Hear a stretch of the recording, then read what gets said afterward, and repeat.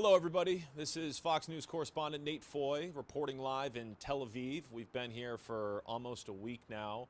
And just to kind of give you an idea of what it's like here, several times a day, Iran fires ballistic missiles here. The sirens go off. We get an alert on our phone, and then about 5 or 6 minutes after the alert is when the sirens go off.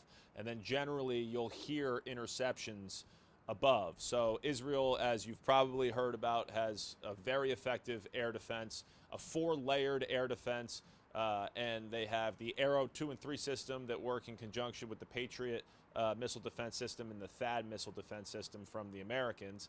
And then for closer range targets, they have the David Sling and the Iron Dome, which is more predominantly used on the northern border with Hezbollah. And that's a little bit different because it's so close that the sirens and alert system doesn't really work quite as well because you just don't have as much time. Whereas Iran, if they fire a ballistic missile here, it takes about 10 minutes, 10 to 12 minutes to get here, so you can kind of plan a little bit. So this is the Fox News Tel Aviv Bureau. So we can stay here. We got a little bit of cover. We have our vest and our helmet in case things start happening here.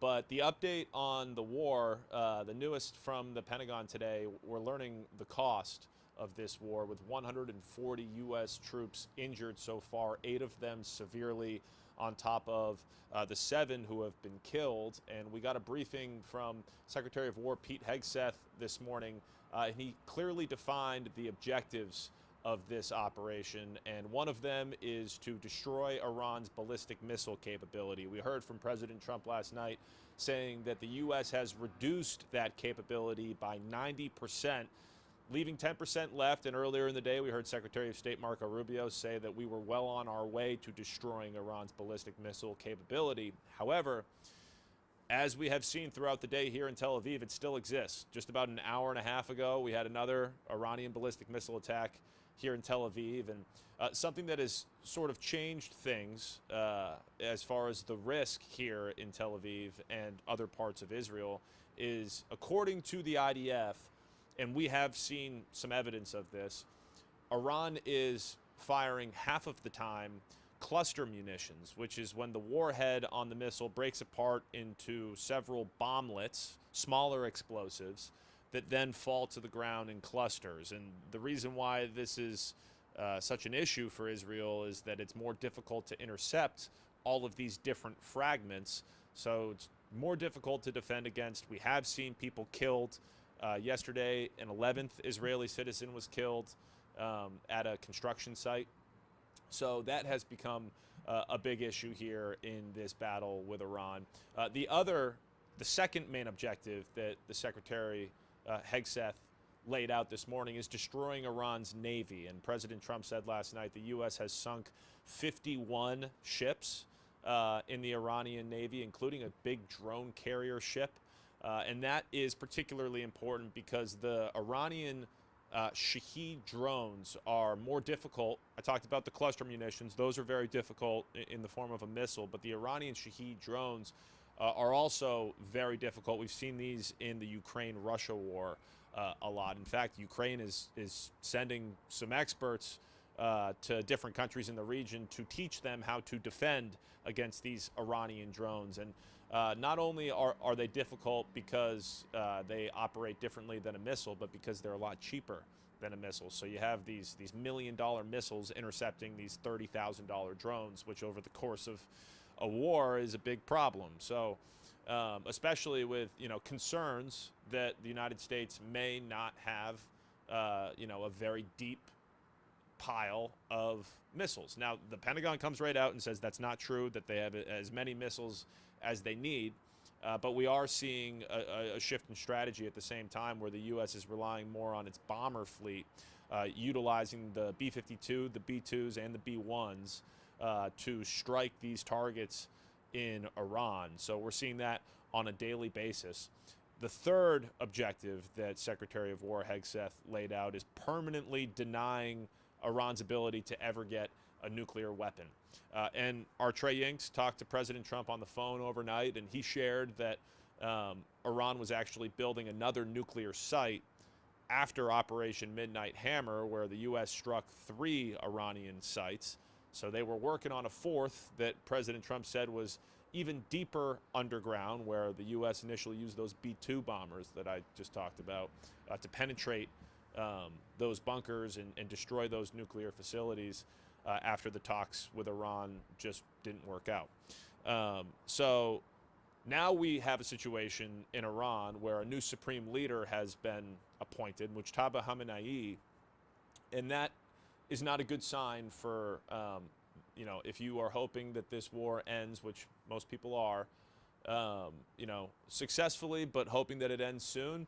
The appointment of this new supreme leader does not bode well for that hope. He is a hardline Shia cleric.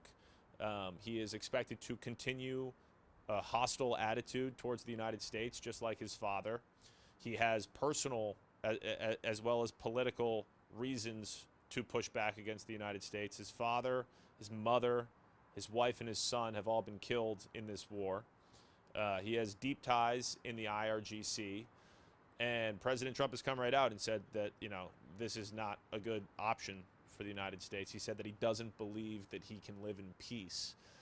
But we also heard President Trump say last night, in an optimistic view, that this war is almost over.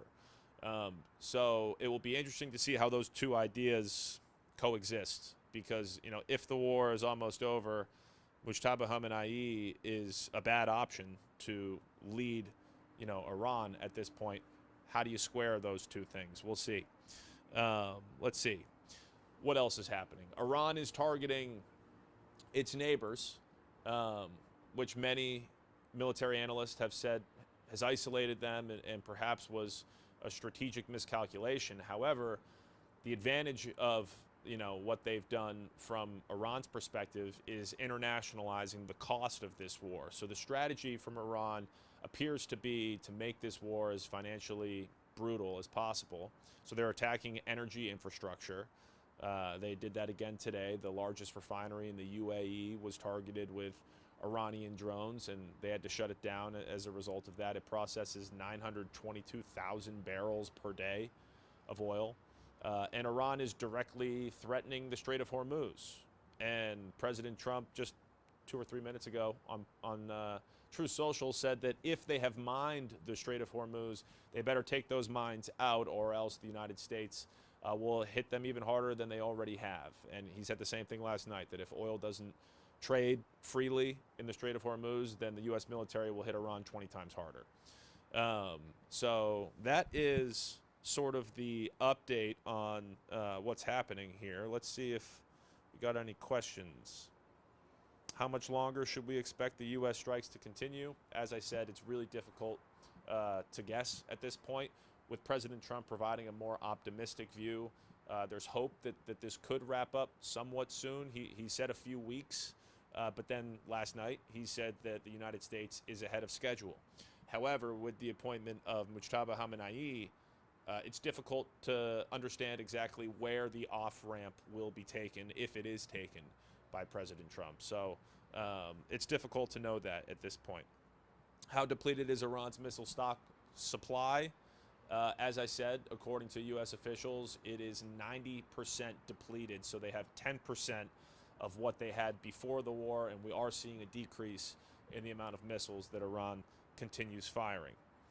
How do rising oil prices impact the U.S. strategy with Iran and the region? Well, it just really rises the cost of the war. Of course, the midterm elections are coming up, and 20% of the world's oil flows through the Strait of Hormuz. So this isn't just a United States problem. This is something that will impact countries all across the globe. People have talked about China. China will get hit by this. I believe that China gets about 12 or 13% of their oil from Iran.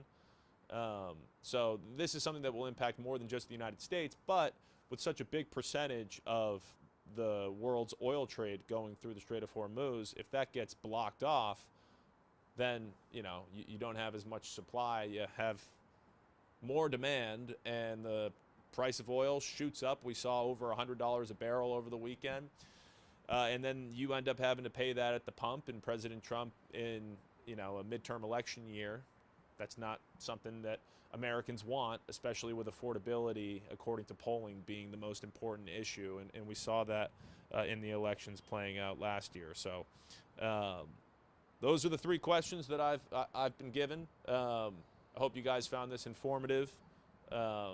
We will be reporting throughout the night. We got one just after 5 o'clock on Fox Business.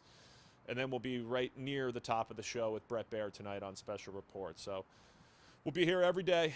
We'll keep you guys updated on what's going on. Hope everything is going well back home. We'll see you guys.